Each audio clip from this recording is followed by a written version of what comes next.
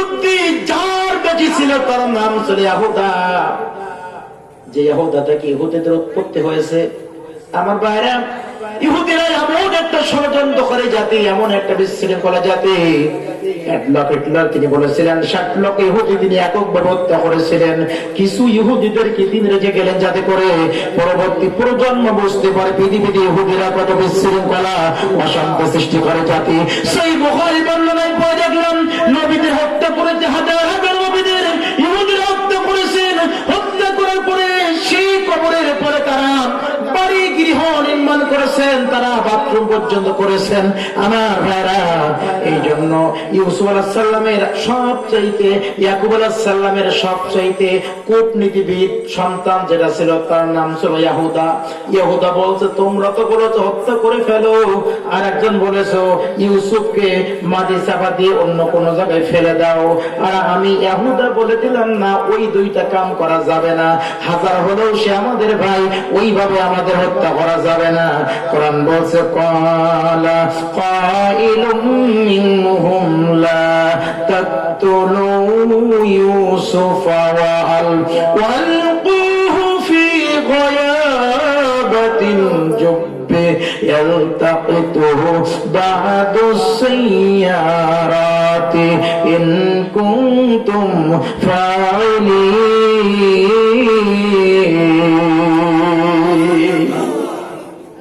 হাজার হলো আমাদের ভাই, ওইভাবে হত্যা করো না। ক্বালা কাইলুম মিনহুম লা তাকতুলু ইউসুফ ওয়ালকুহু লা তাকতুলু ইউসুফ, ইউসুফকে এভাবে হত্যা করো না, মেরো না। তাকে আব্বার কাছ থেকে যে কোনো কায়দায় বোঝায় ফুসলায় ফাসলায় আব্বার কাছ থেকে আগে বাইর করে নাও।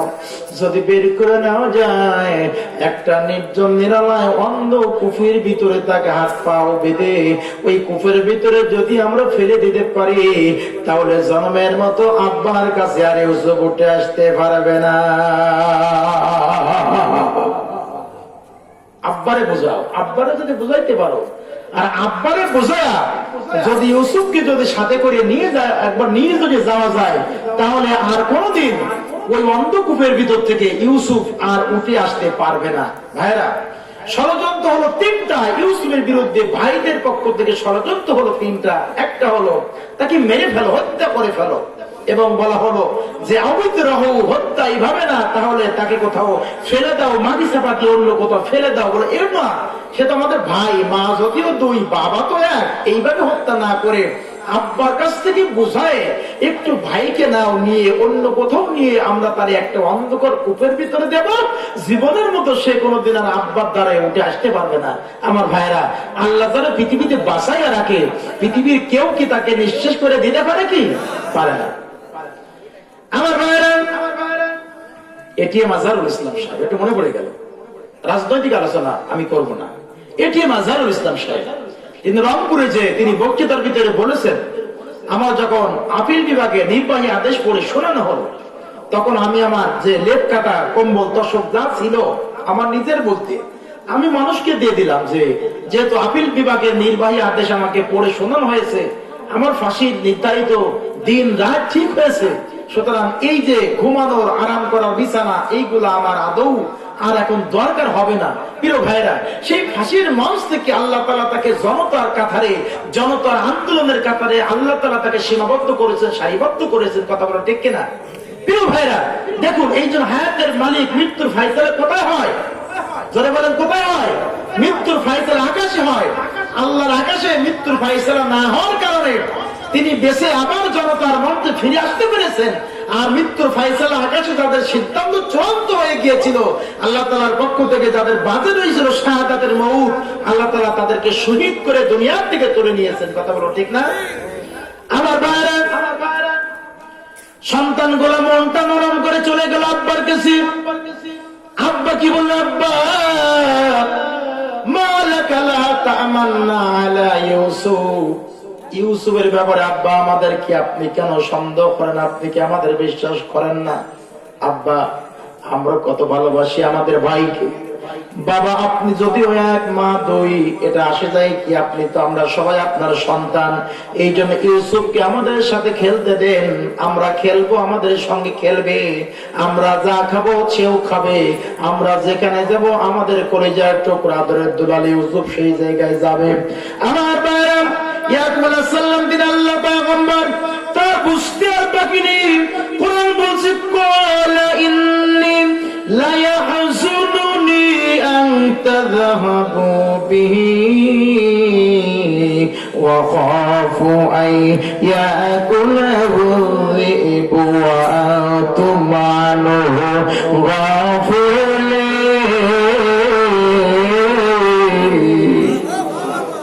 বাবা বললে, আমার সন্তানেরা, আমি বড় মনে কষ্ট হচ্ছে আমার, আমি ব্যথাই ব্যথিত, আমার কলিজার টুকরা ইউসুফকে নিয়ে তোমরা কেমনে ব্যবহার করবে আমার সন্দেহ হয়। আমার মন বলে তোমরা এমন একটা জায়গায় তোমরা তাকে রেখে যাবে, তোমরা ইউসুফের ব্যাপারে গাফেল হয়ে যাবে, তোমরা খবর রাখবে না, আনতুম আনহু গাফিলুন। আর এই ফাঁকে আমার কলিজার টুকরা ইউসুফকে যেন কোনো নেকড়ে বাগে খেয়ে যায় কিনা এই ভয় পাচ্ছি আমি। আমার ভাইরা, সন্তানগুলা বলল, আব্বা আমরা একটা সংঘবদ্ধ দল, আমরা থাকতে আমাদের কেউ কাউকে খাবে না, সুতরাং আপনার কলিজার টুকরা, আমাদের কলিজার টুকরা আমাদের ভাই ইউসুফকে কেমনে বাগে খাবে, এই দায়িত্ব আপনি আমাদের উপরে ছেড়ে দেন। আমার ভাইয়া, কোরআন বলছে ফালাম্মা যাহাবু বিহিম ওয়া আজমাউ আন ইয়াজআলুহু ফি গায়াবাতিল জুব। জবান খুলে বলুন আল্লাহু আকবার। ছোট ইউসুফকে নিয়ে গেল ভাইয়া অন্ধকার কুফের ভিতরে নিয়ে, কুফের উপরে দাঁড় করিয়ে হাতে দড়ি বাঁধলো, পায়ে দড়ি বাঁধলো, চোখ মুখ তারা বেঁধে ফেললো। এইবারে ইউসুফকে যখন একটা কুফের ভিতরে যখন তাকে ছেড়ে দেওয়া হবে, কূপের ভিতরে দড়ি পড়ে নামাবে যখন, ইউসুফ বলে, ও ভাইরা রে, আব্বার কাছ থেকে আমানত স্বরূপ আমি ইউসুফকে যা বলে নিয়ে আসছিলাম, আমাদের আব্বা তোমাদের কি বলবে? যদি আমাকে ভাই বলে ডাকলেন, পরিচয় দিতে যদি ঘেন্না লাগে, আমাদেরকে ছেড়ে দাও, আমরা ভাই বলে পরিচয় দেব না, আব্বার কাছে যাব না। তবে ভাইরা একটু জীবনে বেঁচে থাকি, আমার ভাইরা, আমার বন্ধুরা, আমার ইউসুফ আলাইহিস সালামকে হাতে পায়ে দড়ি বেঁধে যখন কুয়ার ভিতরে ফেলে যখন দেবে, এবার একটা নির্দিষ্ট জায়গায় যখন ছেড়ে যখন দিবে, ভাইরা যখন বলা বলি করতেছে আর নামানো লাগবে না, এই জায়গায় রশির আগাটা কেটে দাও, অনিশ্বাস হয়ে যাবে জনমের মতো। ইউসুফ আলাইহিস সালাম ছোট মানুষ, এই কথাগুলা, ভাইদের কথাগুলা শুনতে পাচ্ছে। হঠাৎ করে আব্বার কথা মনে পড়েছে, আমাদের আব্বা বলেছিল, ইউসুফ যদি কোনোদিন বিপদ হয়, বিপদে পড়ে যাও, আমি বাবা আমার কথা যদি মনে না থাকে, তুমি তোমার রবকে ভুলো না, তুমি তোমার আল্লাহকে ভুলো না। আমার বাইরে আল্লাহ বলে, জিবরাইল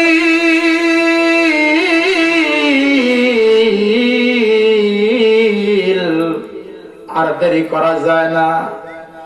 কোন কোন কিতাবে আসছে জিবরাইল আলাইহিস সালামের 600 মতন ডাকনা আমার আল্লাহ সৃষ্টি করে দিয়েছিলেন, একটা ডাকনায় দুনিয়ার এক প্রান্ত থেকে আর এক প্রান্তে তিনি চলে যেতে পারতেন।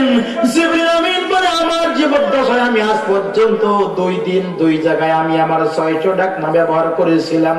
তার একটা জায়গা হলো নারাফিল মানামি আন্নি আযবাহুকা ফানজুর মাযা তারা। ইব্রাহিম আলাইহিস সালাম যখন তার কলিজার টুকরা ইসমাইলকে যখন বলেছিল, বাবা ইসমাইল, আমি স্বপ্ন দেখেছি তোমারে কুরবানি করে দিচ্ছি, জবাই করে দিচ্ছি। ইব্রাহিম আলাইহিস সালামের কলিজার টুকরা দূরে দূরে ইসমাইলকে যখন মক্কার মিনারে যখন কুরবানি করে দেওয়ার জন্য, জবাই করে দেওয়ার জন্য ইব্রাহিম যখন পূর্ণাঙ্গ প্রস্তুতি গ্রহণ করেছিল, আমার আল্লাহ যখন নির্দেশ দিয়েছিল, আমি জিবরাইল 600 ডাকনা ব্যবহার করে ইসমাইলকে প্রত্যাহার করে নিয়ে তুলে নিয়ে জান্নাতে দম্বা দেওয়ার জন্য 600 ডাকনা ব্যবহার করেছিলাম। আমার আল্লাহ যখন ইউসুফকে বলে দিল, ইউসুফ রে শোনো, ওয়াহাইনা ইলাইহি লাতুনাব্বি আন্নাহুম বিআমরি হাযা ওয়া হুম লা ইয়াশউরুন। ইউসুফ শোনো, আজকে তোমার বাবার সঙ্গে তারা ফুসলায় ফাসলায় যে ষড়যন্ত্র করেছে, তাদের কেউ তো কর্মের জন্য তোমার ভাইরা একদিন এই মিশরের জমিনে তারা লজ্জিত হবে। এটি আমি আল্লাহ একদিন করে দেব, সেদিন বহু দূরে না। আল্লাহ বলে দিল ওয়াহাইনা ইলাইহি লাতুনবিয়ান্নাহুম ওয়া ইউসুফ, ভয় করো না, ওরা তোমারে শেষ করতে পারবে না, মারতে পারবে না। আমি অতি তাড়াতাড়ি অতি সত্তর ওই ভাইরা তোমার কাছে এসে তাদের কীর্তি কর্মের জন্য লজ্জিত হবে, এটা আমি আল্লাহ করব। সব খেলা কি করতে পারেন? জোরে বলেন, কি করতে পারেন?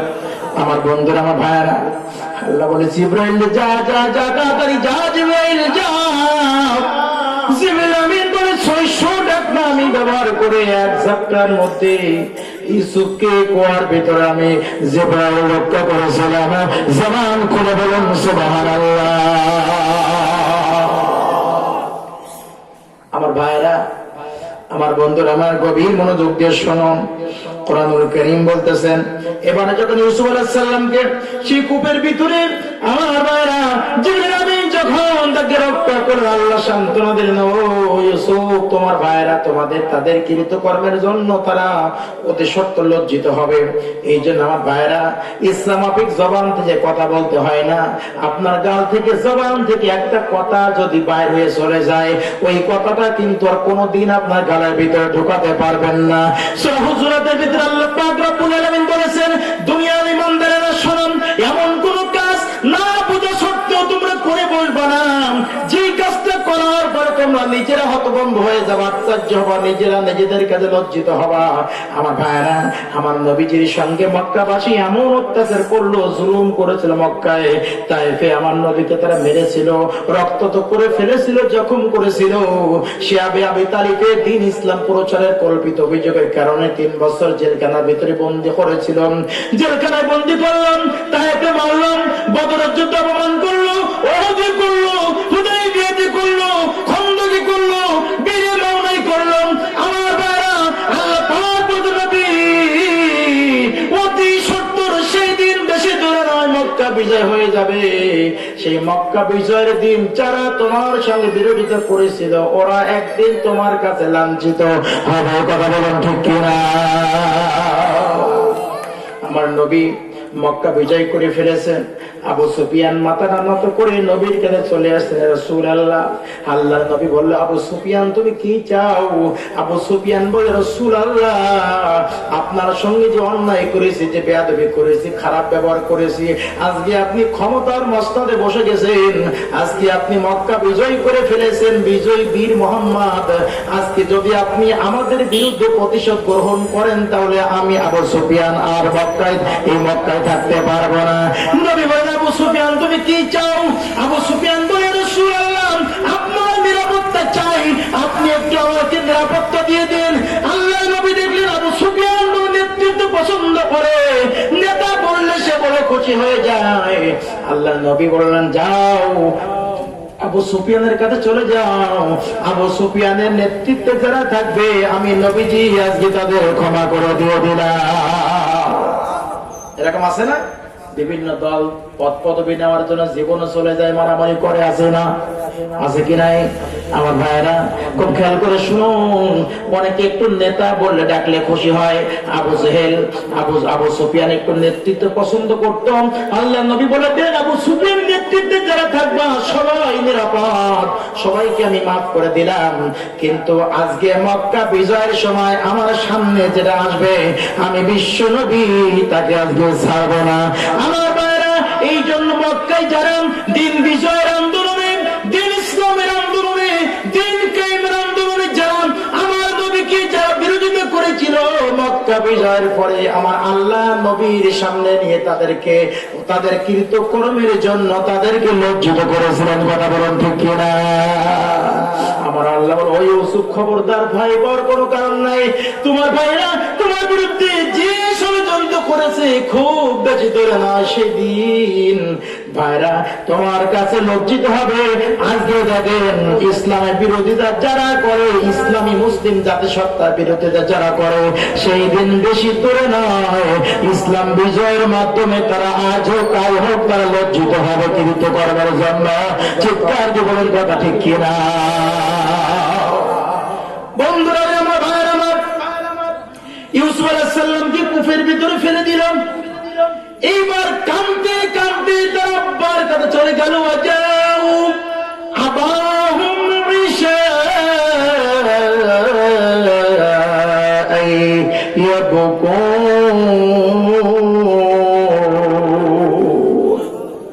কাঁদতেছে, চোখ দিয়ে পানি পড়তেছে, নাটক শুরু হয়ে গেছে। এখন আব্বারে কি বলবো, আব্বারে কি বলা যাবে? এখন কাঁদতে কাঁদতে অভিনয় করতে করতে আব্বার কাছে চলে গেছে। কোরআন বলছে আমার ভাইরা, এবার ইউসুফের ভাইরা বলছে ক্বালু ইয়া আবানা ইন্না নাস্তাবিকু ওয়া তারাকনা ইউসুফা ইনদা মাতাইনা ফাআকালাহু যিবু ওয়া আনতুম আনহু গাফিলুন ওয়া মা আনতা বিমুমিনিন লানা ওয়ালাউ কুন্না সাদিকিন। আব্বা, ইউসুফকে আমরা আমাদের মালামালের কাছে রেখে গিয়েছিলাম, আমরা খেলতে গিয়েছিলাম, ইউসুফকে যেখানে বসিয়ে রেখে গিয়েছিলাম, এসে দেখলাম ইউসুফকে নেকড়ে বাঘে খেয়ে ফেলেছে। ওয়ামা আনতা বিমুমিনিন লানা ওয়ালাউ কুন্না সাদিকিন। আব্বা, আমরা যদিও সত্য কথা বলবো, কিন্তু যেহেতু আপনি ইউসুফকে ভালোবাসেন বেশি আমাদের চাইতে, এই জন্য আমাদের সত্য কথা আপনার কাছে সত্য মনে হবে না, মিথ্যা মনে হবে। কিন্তু আব্বা, আমরা বলে দিলাম আমরা কিন্তু সত্যবাদী, আমরা কিন্তু মিথ্যাবাদী না। এখন সত্যবাদী না মিথ্যাবাদী সবচাইতে যিনি জানেন তিনি কে? জবান করে বলুন তিনি কে? আমার ভাইরা, বিশ্ববন্দিত মুফাসসির আল্লামা সাঈদী তিনি বলতেন, স্বৈরাচারদের আজ হোক আর কাল হোক একদিন পতন ঘটে যাবে। স্বৈরাচারীরা ক্ষমতার মসনদ টিকায় রাখার জন্য যা যা করা দরকার তাই করবে, কিন্তু ছোটখাটো কিছু জিনিস করতে তাদের মনে থাকবে না। আর পতন যখন হয়ে যাবে, ছোটখাটো জিনিসের কারণে পতন হয়ে যাবে। যে রাজাকার রাজাকার তকমা তারা আলেম ওলামাদের নামে লাগাতো, সেই রাজাকার তকমা দিয়ে আল্লাহ রাব্বুল আলামিন এই বাংলাদেশ থেকে তাদের পতন করিয়েছেন। কথা বলুন ঠিক কিনা? এই যে এত বড় ষড়যন্ত্র করলো, একটা জিনিস করতে ছেলেদের মনে নেই, ভাইদের মনে নেই। সেটা কি? এই যে এত বাবাকে বোঝায়, বাবার কাছ থেকে কাছে মায়া কান্না করে ইউসুফকে বাগে খেয়ে গেছে, এত বড় ষড়যন্ত্র তারা করলো। কিন্তু একটা ষড়যন্ত্র ছোট ছিল, ওইটা তাদের মেমোরিতে, তাদের মেধায় আসেনি। ওইটা করলে কিন্তু বাবা সহজে বুঝতে পারত। সব ষড়যন্ত্র সাকসেস, একটা কথা মনে নেই। কানতে কানতে ইউসুফ আলাইহিস সালামের সেই জামা, একটা বকরির বাচ্চা জবাই করে বকরির রক্ত কাপড়ে লাগিয়ে আব্বার কাছে জামাটা দিয়ে বলছে, আব্বা এই হলো ইউসুফের রক্ত, এই হলো ইউসুফের রক্ত। কোরআন বলতেছে ওয়াজাউ আলা কমিসিহি বিদামিন কাযিবিন ক্বালা বাল সাওয়ালাত লাকুম আনফুসুকুম আমরা ফাসাবরু জামিল ওয়াল্লাহুল মুস্তাআনু আলা মা তাসিফুন। আমার ভাইরা, মিথ্যা রক্ত যখন নিয়ে আসলো, বকরি জবাহ করে জামার মধ্যে রক্ত লাগায় যখন আব্বার কাছে যখন নিয়ে বললেন, আব্বা এইটা হলো ইউসুফের রক্ত। ইউসুফ আলাইহিস সালাম, ইয়াকুব আলাইহিস সালাম বলতে ক্বালা বাল সাওয়ালাত লাকুম আমরুন ফাসাবরুন জামিল। একটা বিশাল ঘটনা তোমাদের জন্য কেমনে সম্ভব হলো? ইয়াকুব আলাইহিস সালামের বুঝতে বাকি নাই, কারণ ইউসুফকে যদি নেকড়ে বাঘে ধরতো, নেকড়ে বাঘে যারে ধরে তারা জামাটা কোনোদিন আদৌ অক্ষত থাকতে পারে না। এত বড় ষড়যন্ত্র করলো, কিন্তু ভাইদের মেধার ভিতরে, তাদের মস্তিষ্কের ভিতরে এই যুক্তির আসে নাই। আব্বা তো এইটা জিজ্ঞাসা করবে, নেকড়ে বাঘে যারে খেয়ে ফেলবে তার জামাটা ছিঁড়ে যাওয়ার কথা ভালো থাকতে পারে না। ইয়াকুব আলাইহিস সালাম বলে, আমার সন্তানেরা ফাসবরুন জামিলুন আল্লাহুল মুস্তাআনু আলা মা তাসিফুন। আমি আজকে কান্নাকাটি করব না, আমি দুঃখই ব্যথায় ব্যথিত হব না, আমি একমাত্র আমার রবের পরে আমি শপথ করলাম। জবান খুলে বলুন আল্লাহু আকবার। বিপদে পড়লে সবর ধৈর্য কার পরে ধরতে হয়? জোরে বলেন কার পরে? আমার ভাইয়েরা, বিশ্বনন্দিত মুফাসসির কোরআন আল্লামা রফিকুল ইসলাম সাঈদী রাহিমাহুল্লাহ মতিঝিল উচ্চ বালিকা বিদ্যালয় যখন আল্লামা সাঈদী সাহেব যখন জানাজা পড়ার জন্য আসলেন, এই দোয়াটা পড়েছিলেন, কোরআনের আয়াতটা পড়েছিলেন। তিনি না কেঁদে, চোখ দিয়ে না পানি ফেলে, আল্লাহ ইউসুফ আলাইহিস সালাম সন্তান হারানোর বেদনায় তিনি তোমার কাছে যে কায়মনা বাক্যে ফরিয়াদ করেছিলেন, আমি সাঈদী আজকে সেই ফরিয়াদ করলাম। ফাসাবরুন জামিলুন ওয়াল্লাহুল মুস্তাআনু আলা মা তাসিফুন। ও আল্লাহ, একমাত্র সবর জামিল করলাম তোমার পরে, তুমি ছাড়া আমার উত্তম কোনো আশ্রয় স্থল আর কোনো অভিভাবক নাই। মুমিনের একমাত্র অভিভাবক যিনি, সেই মহান সত্তার নাম কি? আল্লাহ। আল্লাহকে যারা অভিভাবক হিসাবে মেনেছে, এই পৃথিবীতে তাদের কোনো ভয় ভীত থাকতে পারে? থাকতে পারে না, থাকে না। কারণ মৃত্যু কয়দিন হবে? একদিন, একবার মৃত্যু হবে। বন্ধুরা আমার, ভাইরা আমার, ইয়াকুব আলাইহিস সালাম তিনি বলে আমি ধৈর্য ধারণ করলাম। আমার ভাইরা, ইউসুফ আলাইহিস সালাম এই কুফের ভিতরে ছিল 3 দিন 3 রাত। মিশরের বণিক সওদাগর পানির প্রয়োজনের তাগিদ দেখা দিল। বালতি যখন কুফের ভিতরে যখন নামিয়ে যখন দিল, বালতি যখন কুফের ভিতরে নামাই দিল, আল্লাহ বলে ইউসুফ পানির প্রয়োজন নাই, ওই কুফের বালতির মধ্যে একটু উঠে বসো, কারণ আমি আল্লাহ ওয়াকাযালিকা মাক্কান্না লিইউসুফা ফিল আরদে। ও ইউসুফ রে, আমি তোমাকে মিশরে রাষ্ট্রীয়ভাবে প্রতিষ্ঠা করে ছাড়ব। মুসা আলাইহিস সালামকে আল্লাহ রাষ্ট্রীয়ভাবে প্রতিষ্ঠিত করেছিলেন কিনা? যে ফেরাউন তার ক্ষমতাকে টিকায় রাখার জন্য বনি ইসরায়েল বংশে আইন করে দিল, পুত্র সন্তান যেটা জন্মগ্রহণ করবে ওইটার আইন করে আগে হত্যা করো। হত্যা করতে করতে দেখা গেল 70 থেকে 80 হাজার পুত্র সন্তান জালিম শাসক ফেরাউন হত্যা করে দিল। আমার ভাইরা, এমন সময় মুসা আলাইহিস সালাম তার মায়ের পেটের ভিতরে, মুসা আলাইহিস সালামের মা বলছে, আল্লাহ ফেরাউন ক্ষমতার জোরে এমন আইন করেছে, আমি আমার সন্তানকে প্রসব করব কেমনে? প্রসব করার আগে জালিম ফেরাউন তার হত্যা করার সব ষড়যন্ত্র তো ফাইনাল করে রেখেছে। আল্লাহ বলে, মুসলমান আওহাইনা ইলা উম্মি মূসা আন আরদিহি ফাইদা খিফতি আলাইহি ফালকিহি ফিল ইয়াম্মি ওয়ালা তাখাফি ওয়ালা তাহজানি ইন্না রাদ্দুহু ইলাইকি ওয়া জাইলুহু মিনাল মুরসালিন।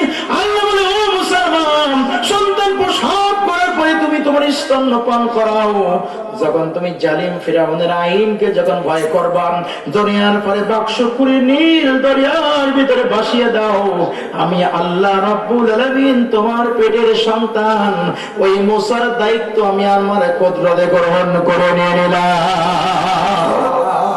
আমার ভাইরা, যেখানে গেলে বাঘের ভয়, সেখানে গেলে রাত হয়। আমার ভাইরা, এইবার বাক্সরা দুলতে দুলতে চলে গেল ফেরাউনের রাজ দরবারে।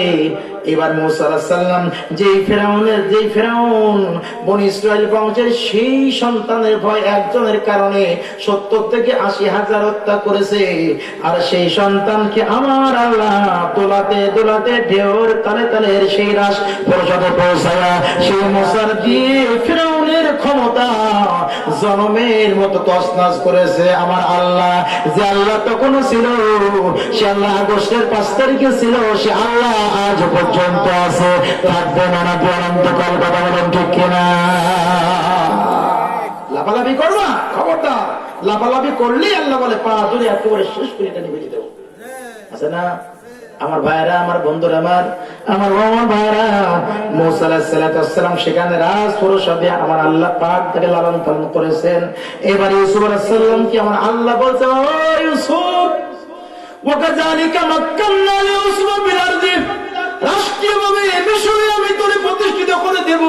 আল্লাহ যার কাছে ক্ষমতা দিয়ে দিতে চায়, তারা যদি একটা ছোট্ট দল হয়ে যায়, এই জন্য কোন ছোট্ট দলকে হেয় করা যায় না, হালকা দেখা যায় না।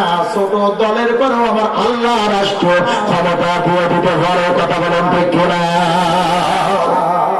একটু হুনাইনের যুদ্ধ দিকে তাকাই দেখেন, সব যুদ্ধে মুসলমানদের পক্ষে সংখ্যা ছিল কম, কাফেরদের পক্ষে সব জায়গায় সংখ্যা ছিল বেশি। একটা যুদ্ধ হলো হুনাইনের যুদ্ধ। লাকাদ নাসারাকুমুল্লাহু ফি মাওয়াতিনা কাসীরাতিন ওয়া ইয়াওমা হুনাইনিন। হুনাইনের যুদ্ধ 12,000 মুসলমানদের পক্ষে ছিল মাত্র 12,000, আর কাফেরদের পক্ষে ছিল মাত্র 4,000। 3 4 12 3 ডবল ছিল মুসলমানদের পক্ষে। মুসলমানরা একটু আমৃত্যু করলো, মনে মনে অহংকারী করে ফেললো। সব জায়গায় যেহেতু আমরা ছোট দল ছিলাম, ছোট দল হওয়ার পরে আল্লাহ আমাদের সব জায়গায় বিজয়ী করেছেন। আজকে যেহেতু আমরা আজকে বড় দল, আমাদের দলের নেতা কর্মী হলো 12,000, আর কাফেরদের দলের নেতা কর্মী হলো মাত্র 4,000। এই জন্য আজকে আমরা বিজয়ী হব, এটা কোনো ভুল হবে না। এই আমিত্ব যখন মুসলমানদের মধ্যে চলে গেল, আমার ভাইয়েরা, যুদ্ধ যখন শুরু হয়ে গেল, আমার আল্লাহর কাছে অহংকারটুকু ভালো লাগেনি।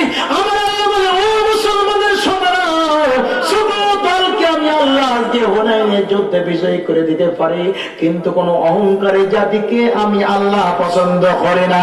চিৎকার দিয়ে বলুন কথা ঠিক কিনা? মুসলমানদের যত বিজয় হয়েছে, কোন বিজয় সংখ্যা দিকের বলা হয়নি, ইমানের বলে হয়েছে। কথা বলুন ঠিক না ঠিক? হুনাইনের যুদ্ধ শুরু হয়ে গেল, প্রথম চান্সে মুসলমানরা পালিয়ে চলে গেল। আব্দুল্লাহ ইবনে আব্বাস নবীজির উটের লাগাম ধরে দাঁড়িয়ে আছে। রাসূল বলেন, আব্বাস কোথায় গেল আমার সাহাবীরা?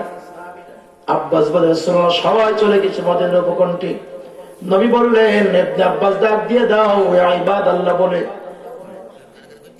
ইয়া ইবাদাল্লাহ বলে ডাক দিয়ে দাও, ইয়া ইবাদাল্লাহ বলে ডাক দিয়ে দাও।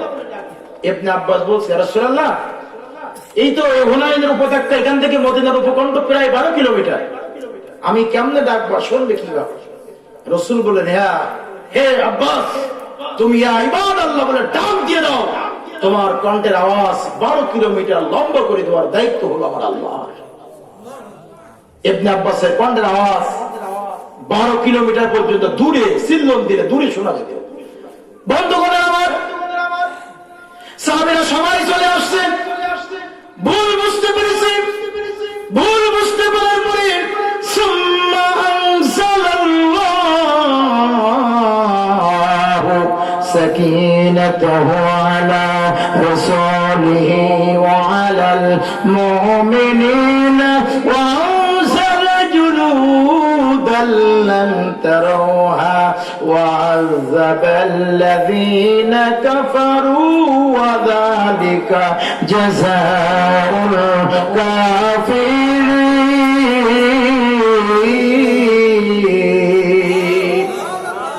আল্লাহ বলে, আমি মুসলমানদের বিজয়ী করে দেওয়ার জন্য এমন বাহিনী প্রতিনিধি পাঠিয়ে দিলাম, লাম তারাওহা, কোনদিন তোমরা কর্মচক্রে সেটা দেখতে পাবা না। আমার ভাইয়েরা, আমি একটা হাসানুল কসাস আলোচনা করতেছিলাম সূরা ইউসুফ থেকে। সময় যেহেতু কম হয়ে যাচ্ছে, আমার ভাইয়েরা সামনের দিকে কতটুকু যেতে পারবো জানি না।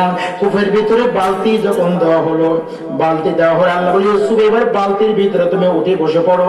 এইবার বালতি তুলে দেখি এত সুন্দর একটা ফুটফুটে চাঁদের মধ্যে একটা সুন্দর একটা যুবক ছেলে বসা। কোরআন বলছে, ক্বালালিল বুশরা হাযা গোলাম ওয়া সাররুহু বিদআ, তারা পণ্য দ্রব্য হিসাবে ইউসুফ আলাইহিস সালাম এই যুবককে তারা লুকাই ফেললো। আল্লাহু আলিমুম বিমা ইয়াফআলুন, আমার আল্লাহ বলছে, ও দুনিয়ার মানুষেরা, ইউসুফকে নিয়ে তারা কেমনে লোকালো, কি করেছিল, এটি আমি আল্লাহ সেটা তাদের কর্মকাণ্ড দেখেছিলাম। ইউসুফ আলাইহিস সালামকে এইবার মিশরের বাজারে রাজদরবারে তুলে দেওয়া হলো। সেখানে গোলামকে বিক্রি করা হবে, বিভিন্ন ক্রেতার খরিদ্দার সেখানে চলে আসলো।